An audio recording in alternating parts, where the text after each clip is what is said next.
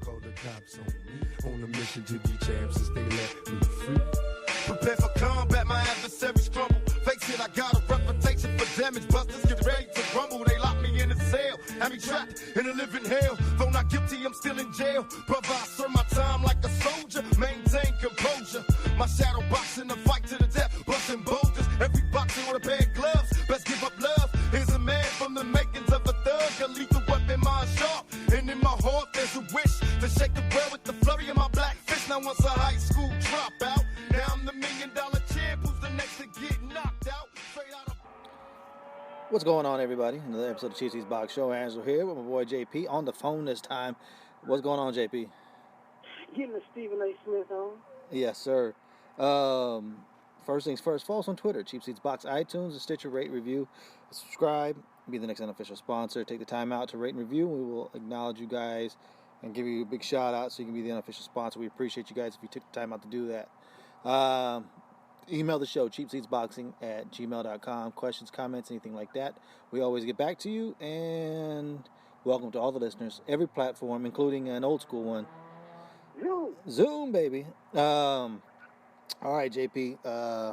We had a little bit of action last week. I mean, nothing overly exciting, but there was some new, like some things that came out of it. We'll start here stateside, and Danny Garcia against Samuel Vargas, and a fight that was pretty much as expected. Garcia gets a 7th round stoppage. It was what it was. It was basically an all-stay busy fight for Danny Garcia. I don't know what else to take from it. He stays... Well, I guess he gets off the ring rust. He doesn't really stay busy because it's his first fight in 10 months. But it helps him, sharpen up for the March fight. And I think that's all you can take from it. I mean, he won. He looked impressive against somebody he should look impressive against. And, I mean, whether he likes it or not, the bar, the bar in some ways is set high for him, so nobody's trying to see this bullshit. I mean, the best part was, he looked good in the theatrics with Thurman after the fight. So at least, two boxers came at the right time to put up the right theatrics to keep the fight on people's minds until it happened. But am I overly impressed? No, because of the competition. And it's hard to be. Like the little thing at the end with him and Thurman, it was so WWE-esque. You know what I mean? Like the way that they set it up. He's commentating on the side as Garcia's fighting. They get in the ring and they have a little thing, and then it's the hold me back, and it was very staged. I don't know how it built up the fight, because I don't know how many people ended up watching. I didn't look at the numbers to see how many people actually saw it. But I guess it had people talking, so that's a good thing. But if they don't fight in March, then it's not even going to matter. It's all for naught. Even if they do fight, but if they push it back, say to like May or something like that. Which if I'm Garcia, I push it back to May. Why not? Why not make Keith Thurman take almost a whole year off before he fights? It's a smart strategy at this point. I mean, if it's a strategy, it might be smart for making Keith Thurman weaker, but it kills the fight. As far as the theatric, that could last longer because that's a highlight clip. It's just like the good punching, that's a highlight clip. The theatric, it's all over YouTube, and they replay it on, other people's platforms, so they can keep those theatrics for a while as a build-up. But if they put off the fight, it's going to be the same way I feel about all these other fights. It's just whatever, They didn't tear an ACL. They just bullshit. Yeah, and that's kind of how it feels at this point. Like it is kind of they're just bullshitting. Especially Garcia. Up until they fight, you know what I mean? He's like, I'll believe it when I see it, that Thurman Porter fight sure got pushed back a lot. So, all I can do is go on on what's happened in the past and be to where my optimism whether this fight happens in March is not too high. I hope it does. It'll be a good fight, except for the fact that Thurman will probably be coming off his longest layoff of his career by the time they do fight. But it is what it is. I think the exciting part of the card, I didn't see the Fortuna fight, but the Jarrett Hurd Jojo Dan fight, and Jarrett Hurd just keeps on impressing. And like I said, he's going to be fun if and when he catches up. Somebody catches up with him, leaving himself open. He is a threat to every single fighter at 154. You know, I would say, okay, what I say about Hurd is this: love the aggression, and kind of reminiscent, without the chin, because we don't know about the chin yet, kind of reminiscent of Paul Williams. You know, tall, lanky guy that's just going to keep coming for you. And that's something you could build on, because he keeps you watching. Fortuna, he got put on the mat early. He came back and made sure that he made a statement, like he didn't fold under pressure. You know, so hats off to him for winning, and hats off to his opponent, because I think he's going to give people a problem in the future. You know, he's really going to give people problems in the future. He just got to get a little bit better. Yeah. Javier Fortuna is one of those fighters too. When he's at his best, he's a monster, and when he's at his worst, he can be trouble. But you know it's going to end one way or the other. Somebody's going to get knocked out. One way or the other, somebody's getting knocked out in his fights. Usually that's how it plays out. But he's a fun fighter, man. He's fun. He's flawed, and flawed fighters, when they're super aggressive and they got to punch, they tend to make for fun fights, and that's all you can ask for when it comes to Javier Fortuna. You know, bouncing back off the Jason Sosa loss, and you know, Sosa fought this last weekend, but you know, hey, who knows? Maybe I know they have a rematch clause.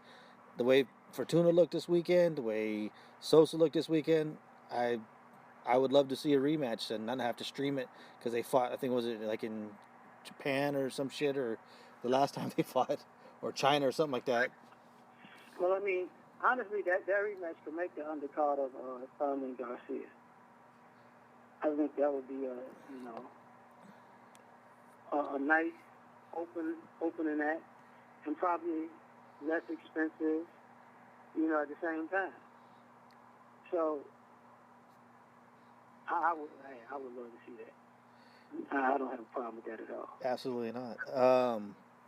In Monaco, the fight of the weekend, man, the one that had everybody talking, and for all the wrong reasons. Malik Scott runs to a 12-round unanimous decision loss from Luis Ortiz in a fight that. Well, here's the thing. I was going to watch this fight as I'm working, like I'm supposed to be doing, working and watching fights. And then my app didn't work on my phone to watch the fight, because I was going to watch it, because I'm recording it at home, so I can stream it from there. And I was like, oh, well, let me go to Twitter, see what they're saying, and I was like, wow, I dodged a bullet. Everybody's talking about how bad Malik Scott was running, and he was. But it's funny, because when I finally did get the chance to check it out, he ran, he moved a lot. It wasn't as awful running, because it didn't. I guess he was in survival mode the whole time, but it was a bad fight. But I think Ortiz kind of helped it be a bad fight by not cutting off the ring well enough, setting him up. You know, cutting off, like if he's moving to his left, you know, make him move back to your right hand instead of just making him move back to the right. Ortiz had some hand in it being a very boring fight. And I think the only thing Malik Scott did was actually lay a foundation. It's like, you can actually frustrate this guy with extended movement, but you definitely have to be more active than Malik Scott was. It is what it is. It was unimpressive, I can tell you this. Eddie Hearn is probably going to be he's a lot more anxious now than he was before to get Anthony Joshua in the ring with him eventually. We'll see, you know, if he fights again in December like he's supposed to. You know, I don't know. He ran a lot, man. What do you think about that? I think Malik Scott put up a total disgrace to Philly. That's what I think. What was it, 135 or 145 punches? He landed 48 or something like that. That's all I know. But he threw like 135 or something like that. Yeah, it wasn't much. And I'm sitting there like, okay, so he employed the old move and stick strategy. And I'm like, okay, bro, okay. But the same thing you're talking about, OT, in the footwork. You know, I think certain things are missing from boxing. One is defense. And certain things are missing from the heavyweight division is footwork. When you look at most heavyweight fighters, they just big-ass cement trucks. They can't move. They can't move their feet. They can't move their head. They can't move. You know, would that frustrate? Can Malik Scott frustrate people? Absolutely. I don't think he did a fight as a heavyweight for a very long time after this shit. Go ahead. I mean, I don't know what the hell to call it. But he wants somebody to fight with. And that's easy. You know, I want you to fight. Come fight me. Well, I guess the prelude should have been the Deontay Wilder fight. He ain't trying to be hit no more. And if he's not trying to get hit no more, you know, if that was his plan. Well, you know, I'm going to live to fight another day, one decade, but it won't be this decade. Because people going to remember this shit. I don't think, you know, I hate to say it like this, but I don't think they'll allow two more black men in Monaco at the same time in the boxing ring for at least another 5 years. You know, like, what? Last time? No, thank you. That is terrible. Well, trust me, they were explaining. No, trust me. One was Cuban. He wasn't a black American. Trust me. You know, the one thing that came out that's pretty funny was Malik Scott. How he owned it. He owned how shitty he was. Me and a couple of guys from other shows, we were talking to him on Twitter, and he was going back and forth with us talking. He's like, "Hey, man, I fought a terrible fight." He called it Dancing with the Stars. He made fun of himself. I'll say this: at least he owned it, you know, because a lot of times when people fight shit fights like this, they make every excuse under the sky to try to explain why they were so horrible that night, why they were so inactive as far as throwing punches, or why they used so much movement. He was just like, look, it was a shit fight. I apologize. I'll do better next time. But at least he owned it. I mean, even with, you know, the people who were giving him a hard time on Twitter, he was going back. He was not going back and forth, but he was, you know, like, hey, man, you're right. You know, I'll accept it. And it was kind of refreshing just because the honesty, because it was like he was so honest, it was hard to be upset at him, you know what I mean? It was kind of like, I'll put it in baseball terms, Andy Pettitte versus Roger Clemens. Roger Clemens deny, everybody hates him. Andy Pettitte said, yeah, I did it, you know, and then gave his bullshit reasons why he did it. But the fact that he was honest enough to say he did it, people forgave him right away. And that's kind of how it was with Scott. Like, I was like, oh, God, what a horrible fight. And everybody was talking about it. But as soon as he owned it like that, it's like, I'm past it now. You know what? I'm just going to make an Andy Pettitte diss right now. He was a rat. He was, you know, I did it, but he did it too. And he won't admit it, but I can tell you he did it because I was in front of him and I was doing it with him. You don't sit your punk ass down. They tell people don't be a tattletale. He was a consummate tattletale. Rat. He's a man of God, he has to be honest. Say that again? I said he's a man of God, he has to be honest. I'm honest when I'm telling the truth.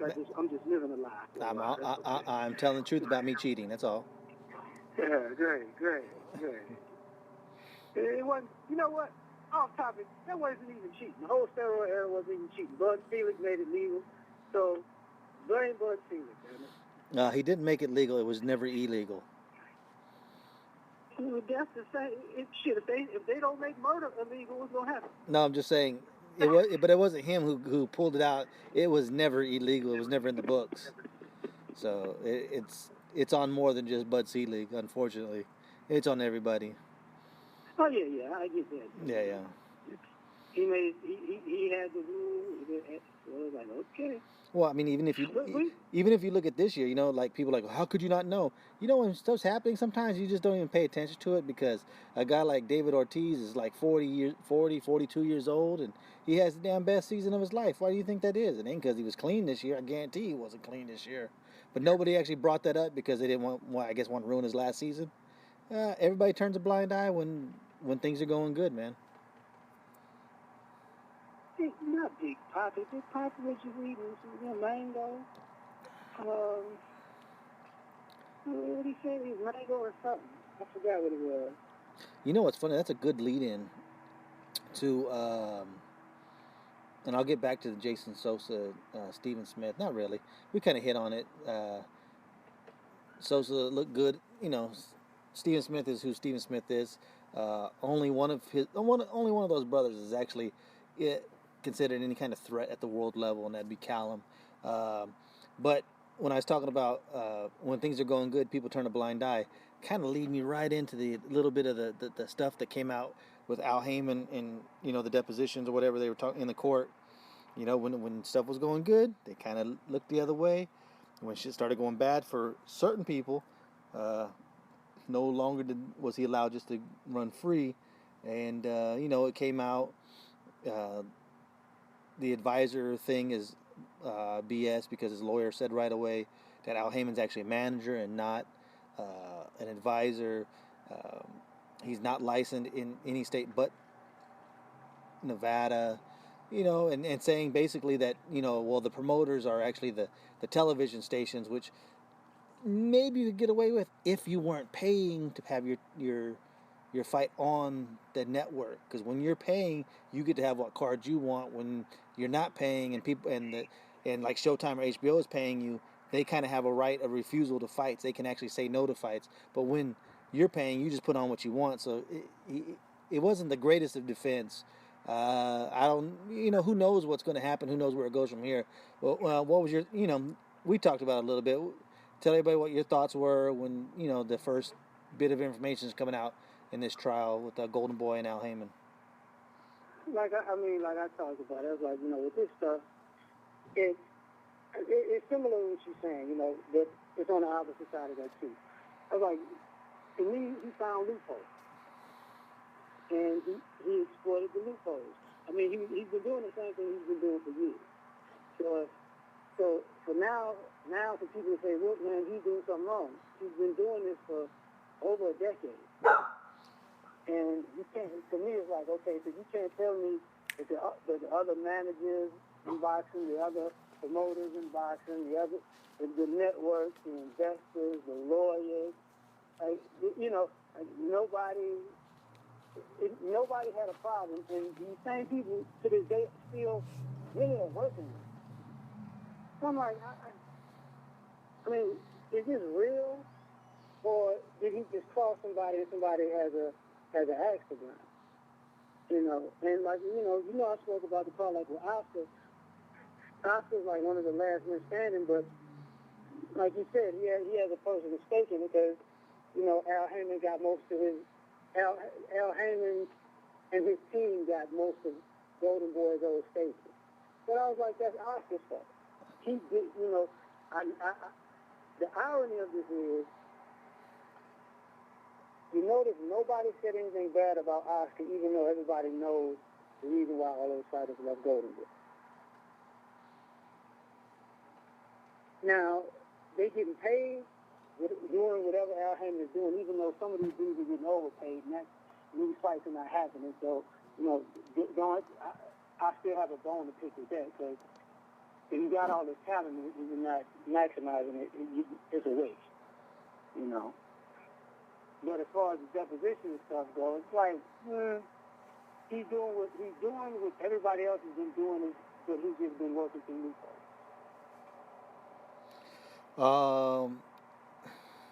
I don't know. And just so everybody knows, I'm sitting outside. So if you hear the traffic going and everything, and And I'm drinking, getting ready for family to come over. So if I start slurring, you know what's up. That's why you heard my dog barking a second ago. But I go back to this. Has he been doing it for a while? Oh yeah. It's just like it's like two things in football. They say, you can call holding on every play because everybody does it. Well, it's only holding when you get called. And it's like speeding on the freeway. Everybody, for the most part, speeds on the freeway. But it ain't speeding unless you get pulled over. And having an excuse of, well, everybody else is doing it, it really don't work. The cops don't really go too well with that one. It never got me out of a ticket. I don't know about you. When you're doing things that appear to be outside the lines a little bit, you always got to be careful of who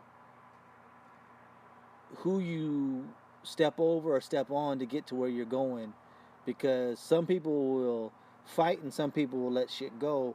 Guys like Top Rank, Bob Arum and Kathy Duva, Main Events, they started out with this lawsuit, but then they kind of let it go. Where Golden Boy's like, nah, it's all right, I'll keep on going with it. Not saying, obviously we don't know the whole story of everything, but just what's coming out, it doesn't appear to be good. The things that have leaked out, even with, like, say, Chavez Jr.'s extra check that he got from Al Heyman, that wasn't actually part of his pay for a fight. Stuff like that, it can start to look bad when you're working outside the lines and you get caught, right away. The first thing that you saw was that he all of a sudden wasn't an advisor, he's a manager. Well, that's not what anybody of the fighters ever said. They always think, I want to thank my advisor, Al Heyman. They never said, I want to thank my manager, Al Heyman. So already he's playing from behind, let's put it like that. Well, I get that, but to me it's like it's okay. In one instance, it's semantic, and that's why I say it's a lot of loopholes. On another instance, when it comes to the Golden Boy part of it, I just find it very suspect that when Oscar had all the chips on the table, he felt like he had all the cards, and it was just quote unquote Al Heyman and Floyd Mayweather against all the Golden Boy. He was just fine. It wasn't bad then.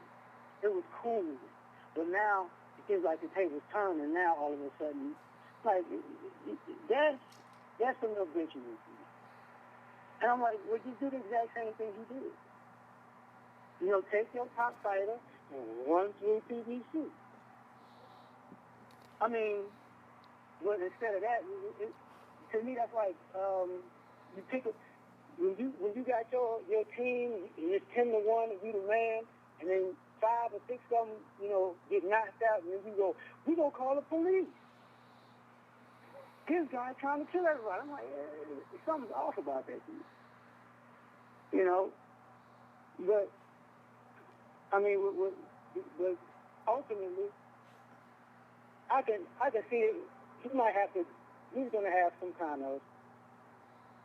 going to happen, because in one instance, even the way it's looking, if they don't get it in court, they don't get it in public opinion. Which, it doesn't really stick completely until the fighter says something. And like I said, with the promotion teams, I can see the loophole in that, because you got Schaefer has a promotion team, Floyd has a promotion team, Watson, I don't know, Watson could technically be the managers in that situation, you know what I'm saying? So it's like, it's a lot of loopholes, because all he did was do what he did with Floyd. He just does it with now hundreds of fighters. So for as long as it's like Floyd and Berto. So you just, multiply that exponentially, and it's the same exact thing. So what you're saying is PBC's got us lined up kind of like the mob. They're just humble trash collectors. Like Tony Soprano, right? It's obvious people love the mob, right? Al Capone's a hero. This is America. For some odd reason, the mob is like one of the greatest things in America. What's the problem with being a mob now? The mob only works if you're Italian. You know that, man. No, there's an Italian mob, there's a Jewish mob, there's a Japanese mob. But There's a no. Chinese No. mob. I said There's an Irish mob.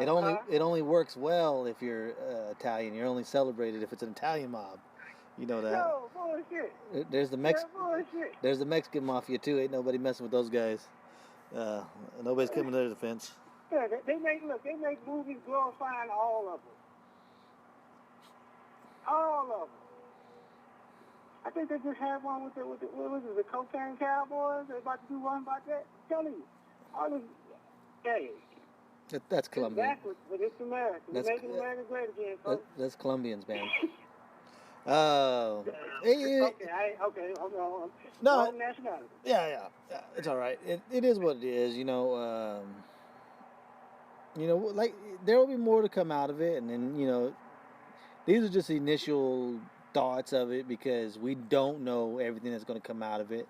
Honestly, it sounds like there's going to be eventually there's probably going to be some kind of big settlement out of it, and I think Golden Boy probably wouldn't mind it. They made good with the Luis Ortiz thing. I mean, shit, they got bought out for $1 million+ to let Ortiz go, and then Ortiz lays an egg that gets him league Scott. So, Golden Boy's feeling pretty good right now. You know what I mean? I have no problem with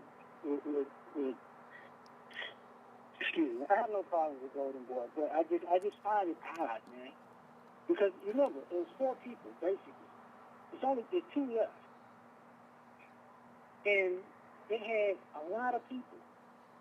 And everybody knows who will cause a lot of those breakdowns. And for that person to be the one going to court, it's like, it would have been, this is what I mean. It would have been a better look if Bernard would have went to court than Oscar. Because Oscar's the one who was, and I'm still trying to be respectful and not call it what it is. Oscar was the one who was just fucking off. Schaefer and Bernard had to do the heavy lifting, because Oscar was fucking off. And for Oscar to be in court, if Oscar could have said, Bernard, you go to court and you be the face of it, it'd be a whole different ballgame. You know what? What I would counter with that is, yeah, he was fucking off. He was coked up and not paying attention to what was going on with his stable, and he got burnt accordingly because Schaefer and Heyman, pretty much gobbled up most of his talent. But just because you're in the hood and you leave your door unlocked doesn't mean that it's not illegal to go ahead and steal everything out of the car. Your old, back in the day, your old tape deck and everything in your speakers and all that shit out of there. Happened to me quite a few times. And I think that's kind of, I think that thing goes. Those rules don't apply for a cokehead. That's the thing. It's like, those rules don't apply for a cokehead. Because you don't know how much damage that cokehead caused before they left that door unlocked. You don't know how many people that cokehead owed. You don't know how many people that cokehead stole from. It's just, he shouldn't have did that. He shouldn't have been the face of that. This is my opinion. Yeah. All right, so that'd be that for now until we get the next set of things that come out of it. And I haven't checked today. That was a couple of days ago. So we'll keep up on that. Keep you posted. Yeah, we'll keep you posted. We'll go all Nancy Grace with that shit, huh? Oh shit! This weekend, it's all about one fight, and there's really no reason to talk about the undercard. The undercard is trash for the most part. Not trash, but it's definitely not pay-per-view worthy. There's some decent fighters on the undercard, but it's all about Sergey Kovalev and Andre Ward. Pay-per-view Saturday night for all 3 of Kovalev's belt.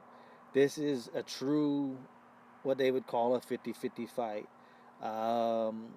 You know what? I listened to, I listened to other shows leading up to this, and I haven't really listened to any this week, but even people early on, you have a slight edge, I think, to Ward, but it's pretty close to down the middle of who people think is going to win this fight. I imagine me and you might go head to head on this one, but who do you see winning? How do you see see them winning? And what are you looking forward to on Saturday, man? Man, in all honesty, it's a 50-50 fight. Personally, I would go with Ward, but it's still a 50-50 fight. Because the thing about it is, I'm looking at the fight in different ways. Okay, we got a puncher against a counter puncher, and then who. As far as competition go, I would say Ward had the better competition. As far as the run in the last 2 years, Kovalev has a hotter run. He should be more in shape for it. He should be more built for this particular fight. He's a natural fighter.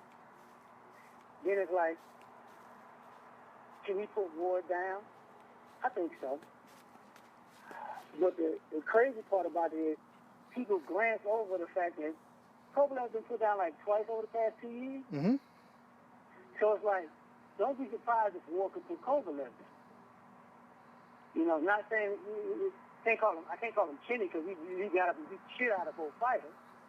But that can a knockdown. That's an extra point that he don't need to lose. So honestly, man, to me, it's going to be a fight of control.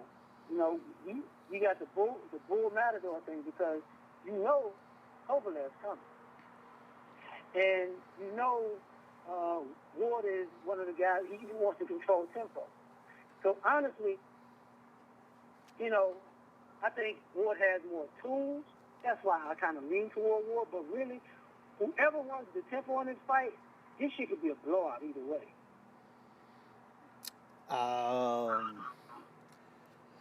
Yeah, the tempo is going to be big, and in the same way when Kovalev fought Hopkins, if even going into that fight,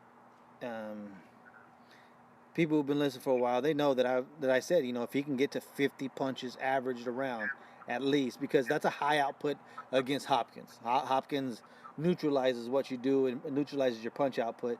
Ward is the same way. He ever since he came back off his layoff, his punches thrown seemed to drop. He's not as active. He's not as much on his toes as he used to be. He's more flat-footed, so everything's a little bit more methodical.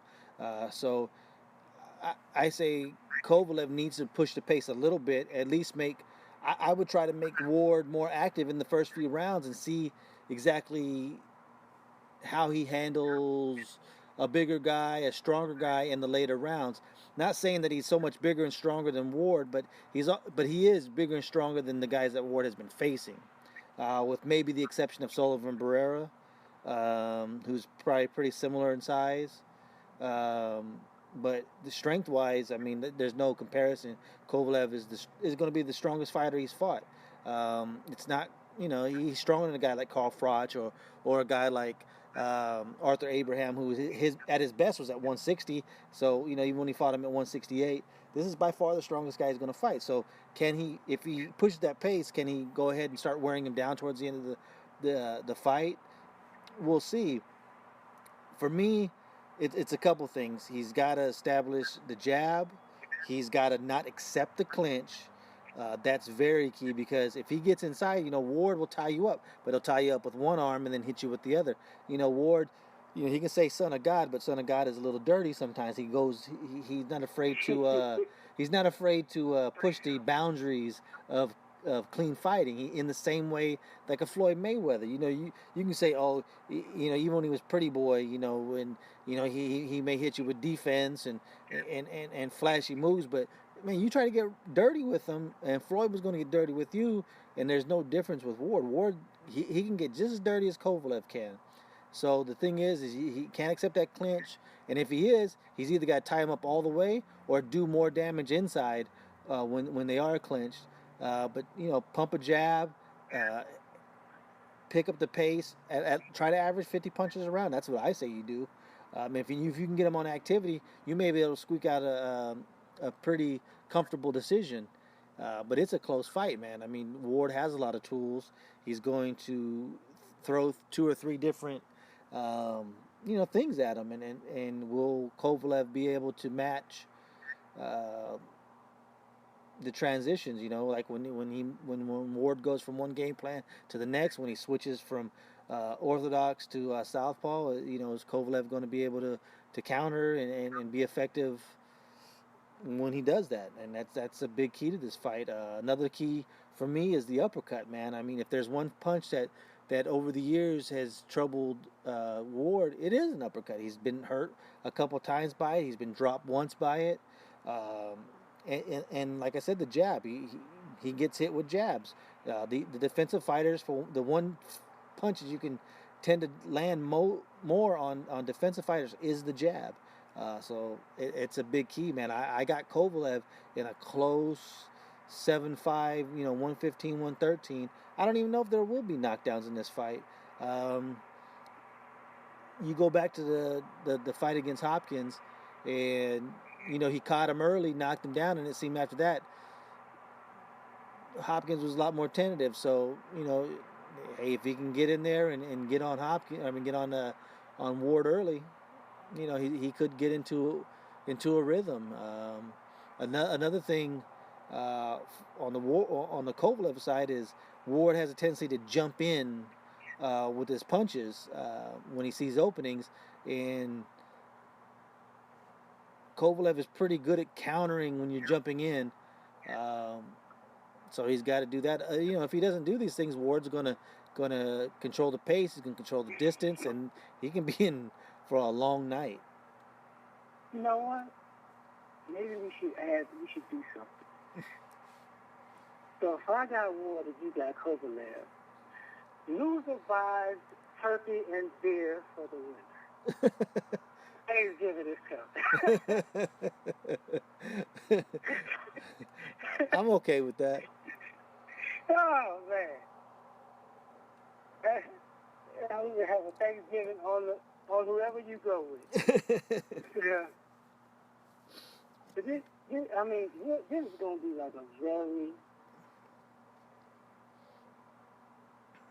not to mention, this is something about Shamid, but this is very interesting when you have a fight that could go either way.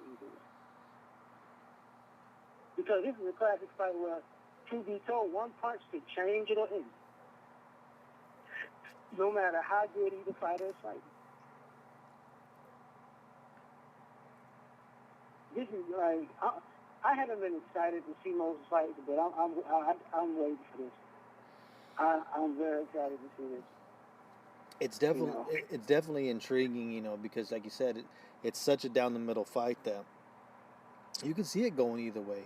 I mean, truly, like, and the reason that I'm going with Kovalev in this fight, and going in throughout this whole week, I've been like edging more, like I want to pick Ward.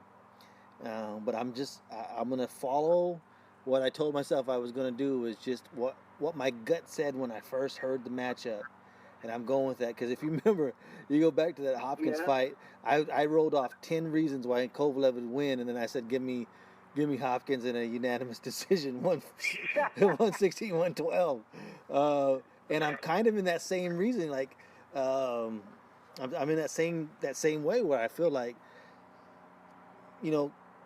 Kovalev, to me, I think he does have advantage in power. He does have an advantage in strength. Of course, Ward has the advantage in hand speed, and foot speed. Yeah, he probably does, but it's only going to be in spurts because he just doesn't carry it for 3 minutes anymore. Just go watch a fight like the Carl Froch fight, and then go watch, say, his fight against Sullivan Barrett. They're two different fighters. He's a little bit older. He's a little bit slower. He hasn't stayed as active, and gets a little bit more flat-footed. But he's still so dangerous, so smart, and he knows exactly how to win each round individually. He's in that Floyd Mayweather way of he's not worried about 5 rounds down, down the line. He's got this round taken care of.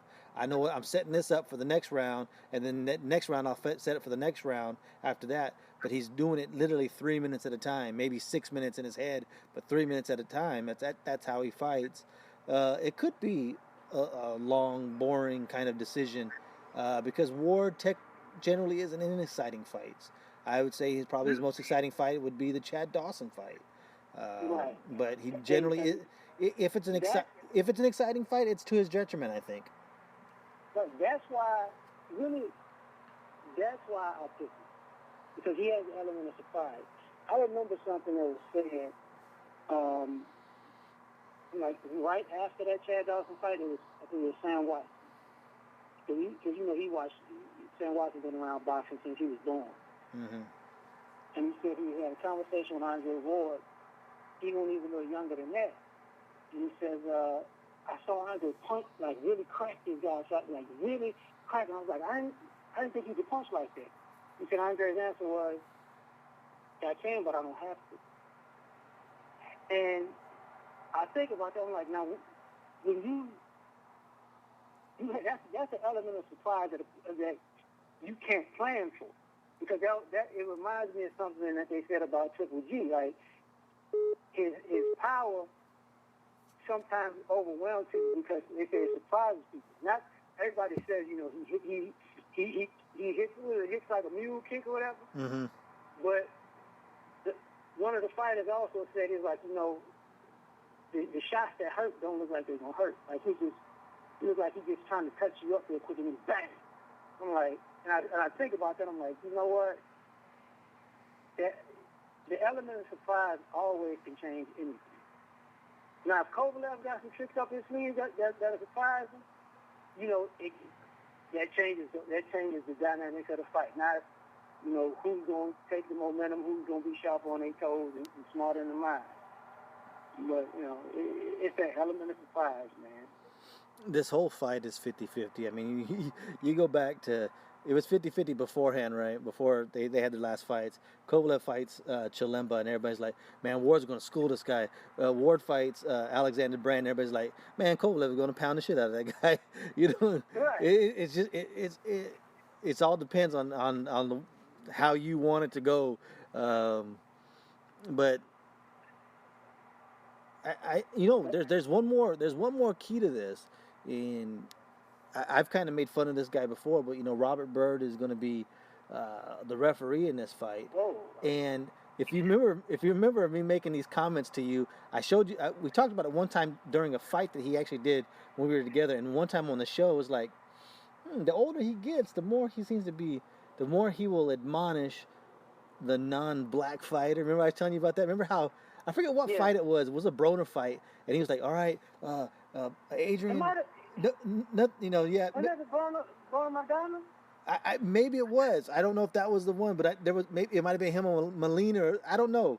But there was one where he's like, "All right, don't Adrian? I expect you to do this and this." And he turns to the other guy. Listen, I'm not going to be putting up. I'm not going to be putting up with any of the nonsense. Like, God dang, the fight ain't even started yet, man. So. Let's see if that comes into play. I doubt it, but I'm just saying that was just one thing. I want to put that out there because if anything did happen, I didn't want to be the guy to say, well, go way back 2 years ago to listen to something that I said, but I just remember that because I was like... I think hopefully this is a fight where, you're right. Cause, I mean, the one thing that fucks up fights is either the referee or the judges. And hopefully this is just a fight where people get to watch and, go one round at a time. That's what it was. Let's go to the next round. Because if it's one of those, super biased affairs, it's going to really destroy the fight. Well, technically maybe not. I just thought about it. Maybe not, because it depends on, like, if you pissed off Kovalev and made a knockout his only option, that's a dangerous fight. And Ironically, I think if you took off Ward and they can knock out his only option, it'll make him a dangerous fighter. So at least this is a good problem to have, because no matter how I see it at the moment, you got two fighters who are like, nobody's gonna take this from me. Not a punk ass ref, not a punk ass judge. It's gonna be clear. You know. Yeah, But I know one thing: after this fight is over, winner is the fight of the year. Fuck it. yeah. You know, I was kind of talking about that. Was the winner of this is probably going to be the fight of the year, because honestly, I don't want to give it to Manny Pacquiao, but right now Manny Pacquiao is the leader in the clubhouse, because I don't think anybody has any two better wins than he does. You can say that, and Brandon in Arizona, me and him talked about this. He's tweeting back Carl Frampton. I say, well, he has two good wins, but I think that I thought Quigg and Santa Cruz. but I thought Quigg kind of equaled Vargas, and then Bradley is way better of a fighter than Leo Santa Cruz. So you still had to edge to Manny, as much as it hurts people. But what happens if this fight ends in a draw? It's very possible, man, because this could easily not have any knockdowns, and it's so close. It could be a 6-6 fight. If it ends in a draw, guess what? Unfortunately, a guy like Manny Pacquiao is going to win fight of the year from a lot of people who actually don't care who gets it. When people do care, they're probably going to give it to a guy like Carl Frampton. Or I don't know who else they can give it to, because nobody fights more than twice a year, so you got to pick the two best wins. Look, if it is in a draw, my plan is the winner between Walker and Lomachenko. Then you're gonna go. Let's see, Lomachenko's wins of Walters and Martinez, they still wouldn't even trump Manny's. I mean, as much as we hate it, because to me, and I was saying this, I think Tim Bradley is the best fighter that has a loss this year. Yeah. And so that kind of goes into with as much shit as this will be the fourth year that we do our awards, but as much as I talk about Rigondeaux and Mayweather, my fighters of the years when we've done shows has been Rigondeaux, Mayweather, and Pacquiao, and I don't want Pacquiao to win another one, but if it goes in a draw, man, it's going to be hard. You're going to have to really convince me that it's not, unfortunately. Honestly, and I'm going to be as honest as I can, candid as I can. The only reason I wouldn't, if the winner is the fight of the year over Manny, because he already beat Bradley. Yes, and I agree with that. Like these two fighters never fought each other. Is Bradley the best?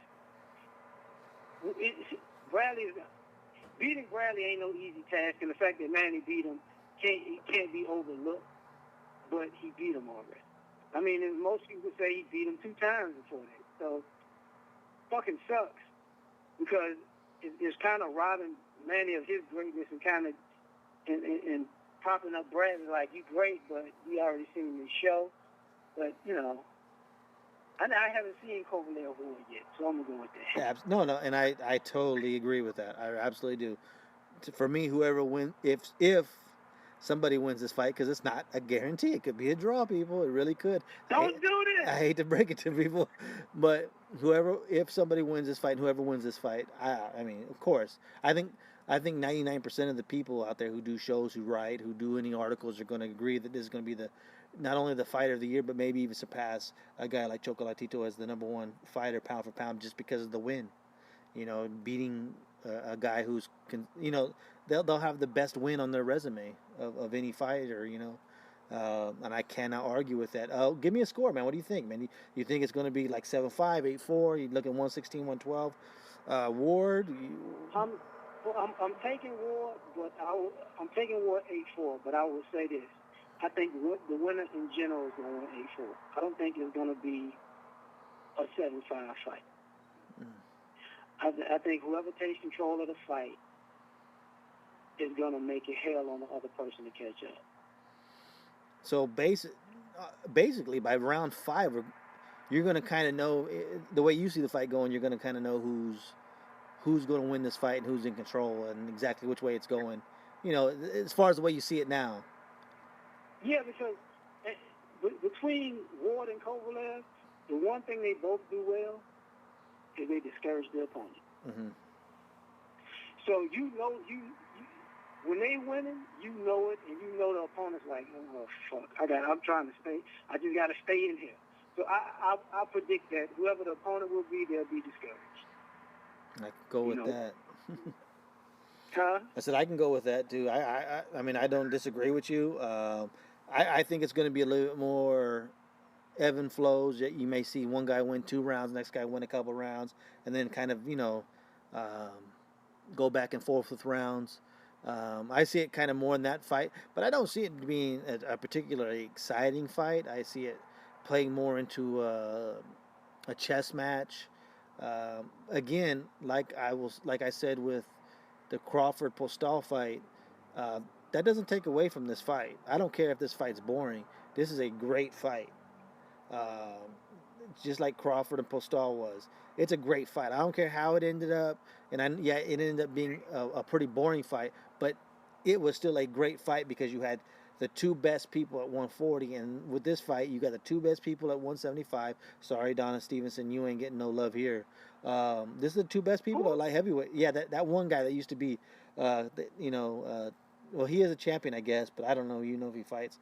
But these are 2 best guys at 175. This is a great fight, man. On paper, this is a great fight. I don't care how it ends up. I'm not going to be mad at it. I go back to Trinidad and De La Hoya. As much as it was boring, hey, they fought at the exact right time. And I think Ward and Kovalev are fighting at the exact right time. So I got no issue with this, no matter how it ends, as long as it ends justly. You know what I mean? As long as there's no, like you said, no bullshit, no referee that gets in the way, or no judge that just kind of ruins this fight. To me, this is exactly what you want as a boxing fan. You want the 2 best fighting, and that's what we got. If I, as a boxing fan, what I also want is I want Dolph Lundgren to walk in with Kovalev and Sylvester Stallone to walk in Andre Ward. Make this shit a move. Ooh, or he could walk in with why did I forget Apollo Creed's name? What? Carl Weathers. No, he died in the movie. I can't do that. Yeah, no, that's why. That's why. Or yeah, no, that's good. That's fine. That's good. If he dies, he dies. Oh, I can't do that. If he dies, he dies. Yeah, I know. Carl Weathers. Man, shame on me, by the way. Shame on me. I love Carl Weathers, man. My favorite Carl Weathers movie besides the Rocky movies? Happy Gilmore. Action Jackson. Happy Gilmore. Oh, shit. That was funny. That was funny shit. Rest in peace. You said Action Jackson. Rest in peace, Vanity. Oh, yeah, man. All right, JP, man. We're going to cut off a little bit short, a little bit less than an hour.